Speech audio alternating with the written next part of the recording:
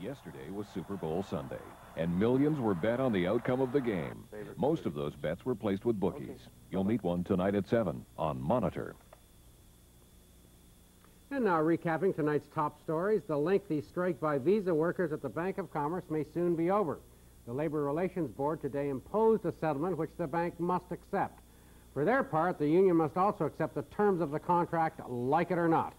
Details of the agreement will not be released until next week. Accused murderer Guy Paul Morin today took the stand in his own defense. Morin, on trial for the murder of 9-year-old Christine Jessup, told a hush courtroom he did not kill the Queensville girl. Morin's mother also testified in her son's defense. She told the court her son was out grocery shopping at the time of Christine's disappearance. British Prime Minister Margaret Thatcher today survived an emergency debate on her involvement in the Westland helicopter affair. MPs in the British House of Commons voted to support the government's handling of the affair, which has led to the resignation of 2 cabinet ministers. The Voyager spacecraft has now finished its flight past Uranus and is headed for Neptune. But the information Voyager was able to send back will have scientists working for years to come. Robert Bazell of NBC News reports. This is Miranda, a moon of the planet Uranus. It has a diameter of only 310 miles. It is 1.8 billion miles from the Earth. The pictures from the Voyager spacecraft continue to reveal the most distant part of the universe we have ever seen so closely. Sounds from Voyager record the impact of dust particles in the rings of the planet. Uranus itself is covered with a thick gaseous atmosphere. The scientists now understand that it is churning violently. But as researchers present their findings, the most excitement is reserved for studies of the moons, which are not hidden from view. No one could have anticipated, even in an approximate way, the exotic nature of what I'm going to show you this morning.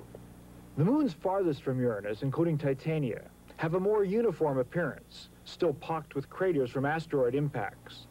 But looking at the moons closer to the planet, the scientists see more evidence of intense geological upheavals, including these huge fault valleys on Ariel. And Miranda, the closest moon, is the most fascinating to the scientists. If you can imagine taking all the bizarre geologic forms in the solar system, putting them on one object, you've got it in front of you. Miranda has large variations in its topography, huge mountain-like outcroppings, deep valleys, and dozens of other features. The scientists are continuing to analyze hundreds of pictures, trying to develop a theory as to how that part of the solar system was formed. Robert Bazell, NBC News at the Jet Propulsion Laboratory, Pasadena, California. Amazing pictures from over 1 billion miles away. You think they see our snowstorm?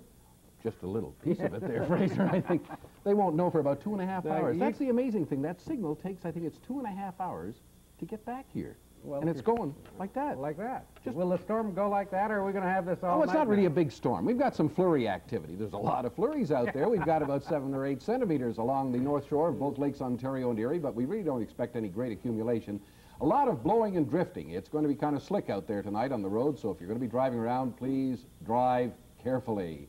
These winds will subside probably after midnight tonight, but it's going to be very cold. We get down to about -22. This is going to be the coldest night we've had so far this season. Tomorrow it'll be just about as cold as it was today, but it'll warm up on Wednesday. Okay, and briefly in sports, Bruce? Well, the Bears didn't need 2.5 hours to get rid of the New England Patriots yesterday. As a matter of fact, somewhere in Delaware, a Patriots fan got a little frustrated. He went to the cable TV company and cut all the cables, and so all the Patriot fans were put out of their misery, trailing 30-3. So there you go. And that's News Hour for Monday, January the 27th. For Bill Lawrence and Bruce Dovigan, I'm Fraser Kelly. Good night. Good night. Good night.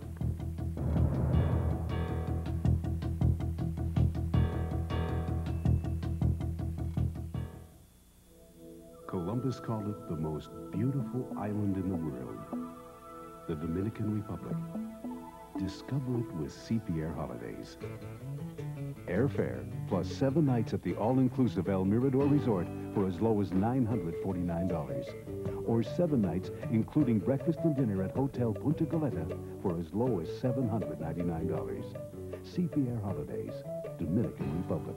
For details, call your travel agent.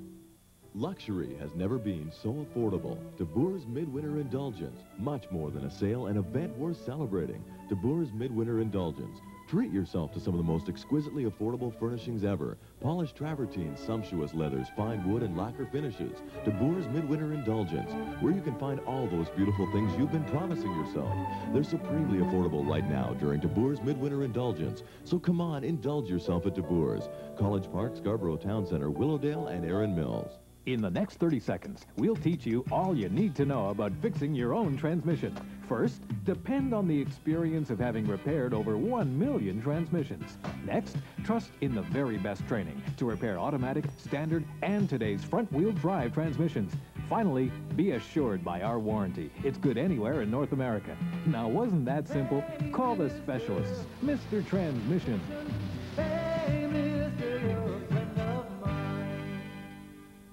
The Broadway magic of Annie, the world's favorite family musical, comes back to the O'Keefe Center, February 11th to 16th. The original Broadway musical, winner of 7 Tony Awards, with all the original hit tunes. Share the magic of Broadway family entertainment at its absolute best. See Annie for 1 week only, February 11th to 16th. Tickets at Bass, the O'Keefe Center box office, or call 872-2262. We'll talk to David Mirvish about his plans for the Royal Alex Theatre, and our City Hall panel will debate Toronto politics tomorrow on CBLT Morning. Hi, I'm Christina Pochmersky. Tonight on Monitor, Playing the Odds.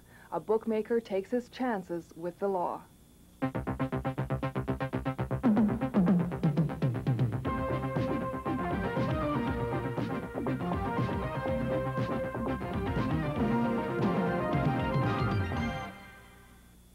The New York Times calls it the day the nation stops. Super Sunday, the annual rite of January, the Super Bowl. Millions of Canadians watched this American institution yesterday, but before they did, thousands of them did something illegal. They placed a bet with their friendly neighborhood bookie. For most bookies, the Super Bowl is the biggest game of the year. This one day can finance several months in the sun. But for the police, the Super Bowl is a big day, too. Yesterday, police scooped up an alleged bookmaking ring in the Toronto area. Tonight, reporter Jonathan Craven introduces you to a man named Johnny. He's a bookie who plays the odds and takes his chances.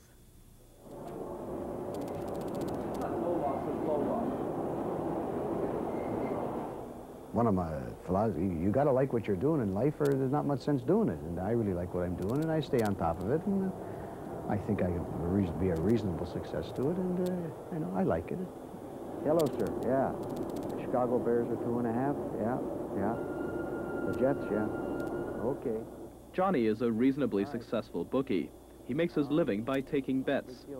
In places like Las Vegas, bookmaking is a legal profession. In Canada, Johnny's occupation puts him on the wrong side of the law. But gambling has been his whole life. I quit school when I was 16. Immediately, as soon as I could, I quit school, and I went to work on the racetrack. I went to work on the racetrack. I was a groom and a hot walker, whatever, in the part of it. And I always was around the gambling. Like, I mean, I didn't basically know really anything else to do but gamble.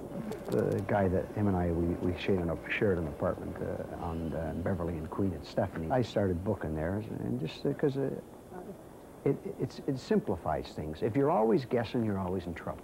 If you're a bettor, you're always guessing. But I just say that now I'm booking, and I know that basically I'm on the right end of the game. I mean, this, you know,